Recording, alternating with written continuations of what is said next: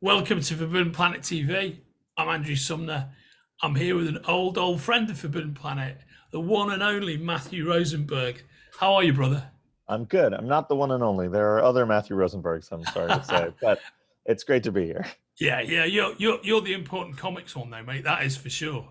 I guess, yeah. I'll take that. I'll take Yeah. that. Take it. Yeah.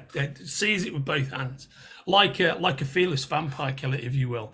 And with that neat segue, we're here to talk about a new title that's about to be released. It's a 12-part series, co-created by yourself and your mate James Tynion IV and artist Otto Schmidt. Yes. DCvsVampires. What can you tell us about it, mate? Yeah, I'm really excited. The DC vs. Vampires is basically about as much fun as you can have making a comic. It's the entire DC universe. Nothing is off limits. And it's the heroes, the villains, everybody fighting for their life, trying to survive as a vampire takeover hits the DC universe, and no one is safe. It's one of those all-in, huge stakes books that I think comic writers dream about writing. So it's been a blast so far. It's been really great, and I'm excited for people to check it out. Yeah, mate, I can't wait to read it myself. How did it come about? How did you and James end up working together on it? Yeah, so it's sort of a funny story because when James started working on Batman, there was a thought that he might only do it for a little while, and so this was the project he was going to do next after Batman. And he pitched it to DC, and they were very excited about it, and they greenlit it. And then his Batman started coming out, and it just blew up, and everybody loved it, and the sales were through the roof. And DC was like, please stay on Batman, please do more. And James obviously ran with that, and this got sort of pushed to the back. And then at a certain point, they hit in the schedule where this book was supposed to come out, and they were like, so are you ready to start doing DC versus Vampires? And he was like, not doing that anymore. I don't have time. I'm writing Batman and the Joker. And so they were kind of trying to figure out what to do. And he said, give me a minute to figure it out. And he reached out to me and was like, hey, gave me the pitch and was like, what do you think about this as an idea? And I was like, I think that sounds awesome. And he was like, great. So you want to co-write it with me? And I was like, yeah, that sounds amazing. And he sort of got a little frustrated for a second, and he was like, oh, I didn't think you'd be into it that quick. And I was like, no, it sounds awesome. Like, let's do it. And then he was like, well, I have an ace up my sleeve on this one. And I was like, well, I'm already in, but sure, why not? And he was like, we have an artist attached, and it's Otto Schmidt, who I worked with on Hawkeye Freefall, and I think he's just an amazing artist and great to work with. And I was like, okay, I'm doubly in now. So it's the three of us building alongside Ben Abernathy, who's our editor and really steering the ship, building this just high stakes chaos in the DC universe. It's very fun. Yeah, I mean, it sounds like a great opportunity, and it's 12 issues, right, Matt? Yeah, it's 12 issues. Sort of the maxi series thing. I think a lot of the thought process was, they had DCeased, which was a big hit, and Ben was the editor on DCeased, and sort of one of the big brains behind it. Him and Tom Taylor came up with that, and so Ben and James sort of were like, how could we do something like that?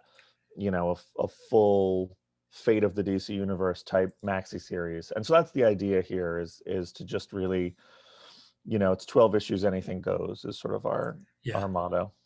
So without spoiling the book, because obviously I'm recommending that everybody picks it up. Issue 1 is available from the links attached right here, right to this conversation. Right here, just click that link and buy the book. Matt will be happy. Yeah, JT4 will be happy. Otto will be happy. Sure. We'll be happy. Just go down and buy it. You'll be happy when you buy it. Everyone. Absolutely, absolutely. What kind of flavor can you give us of what can you tell me about the first issue? I think the thing that's really fun about the book is that it's a full war for the fate of the DC universe, but it's vampires. So we have this great when it's zombies or villains or any of those things, when Darkseid's invading, you see them coming. You know who it is. It's the evil guys. This is, since it's vampires, they're undercover, they're in disguise, and they're converting people to their cause. So I think the real fun thing is in the story, as you read it, you start to try and figure out who's still a good guy and who's a bad guy, and who's a vampire and who's not, and the characters are trying to do that, and it starts to tear them apart. And that, I think, that intrigue and the mystery and the who can you trust element of it, I think, is something that really separates us in a really fun way, and I think it's going to keep people really coming back.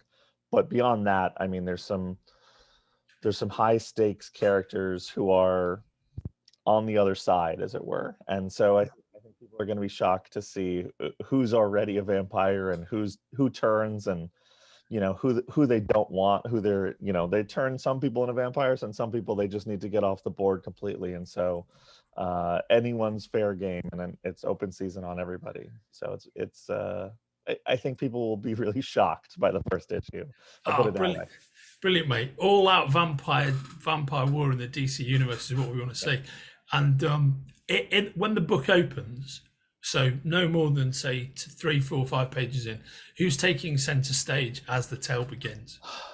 As the tale begins, on center stage is Andrew Bennett, who fans know as iVampire. He leads us into the story. Mate, that is fantastic. That is brilliant. That is a deep DC cut that I didn't expect. Yeah. He's the first character you're gonna meet. And he is on the run, trying to get word out that the vampires are coming, and that he's doing everything he can to try and get the message to someone safely, but he doesn't know who he can talk to and who he can trust yet. And so he's on his way to the Hall of Justice to try and find the Justice League and tell them. And that's the opening of the book. And then from there, we're going, and it's everybody.